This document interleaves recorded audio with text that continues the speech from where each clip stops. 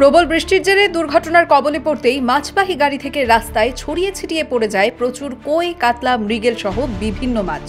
এমনই একটি viral video নিয়ে হইচই পড়ল পূর্ব মেদিনীপুর জেলায়। যদিও এই ভাইরাল ভিডিওর সত্যতা যাচাই করেনি দ্য ওয়াল নিউজ। এই ভিডিওতে পূর্ব মেদিনীপুর জেলা পরিষদের বিরোধী দলনেতা তথা বিজেপি নেতা বামদেব গুছাইতকে দুটো মাছ তুলে নিয়ে দ্রুত হেঁটে চলে যেতে দেখা যায়। আর এই নিয়েই শুরু হয় চর্চা। ভিডিওটি সামাজিক মাধ্যমে প্রকাশ করেছেন তমলুকের শহীদ মাতঙ্গিনী ব্লক যুব তৃণমূল সভাপতি সুমিত সামন্ত। তার বিরুদ্ধে আনা অভিযোগ সম্পূর্ণ অস্বীকার করেছেন বিজেপি নেতা বামদেব গুছাইত।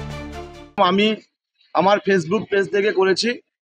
সেই পোস্টে আপনারা দেখতে পেয়েছেন পূর্ব মেদিনীপুর জেলা পরিষদের বিরোধী দলনেতা বামদেব গুছাইত তিনি যেভাবে একটি গাড়ি অ্যাক্সিডেন্ট হয়ে যাওয়ার পর, মাছের গাড়ি, তারপরে সেই মাছ সমস্ত রাস্তায় পড়ে যাওয়ার পর তিনি তাদের চালক বা খালাসি কাউকে সেখান থেকে উদ্ধার না করে না হসপিটালে পৌঁছে দিয়ে তিনি সেই মাছ কুড়োতে ব্যস্ত ছিলেন।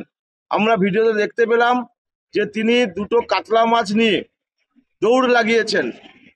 ফলে একজন জনপ্রতিনিধি হয়ে তিনি কিভাবে এটা অমানবিক হতে পারেন, এটা বিজেপির চরিত্র।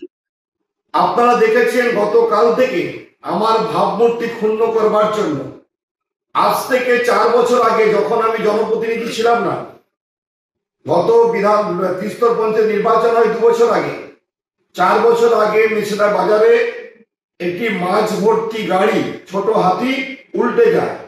সেই ছোট হাতিতে যে সকল মাছ ছিল সেই মাছগুলো সব পড়ে যায় NH41 এর উপরে দাঁড়িয়ে। সেই NH41 ঢাকা পড়ে যাওয়া মাছগুলোকে সাধারণ পাবলিকরা যে যার মতো করে কুড়োচ্ছিলেন।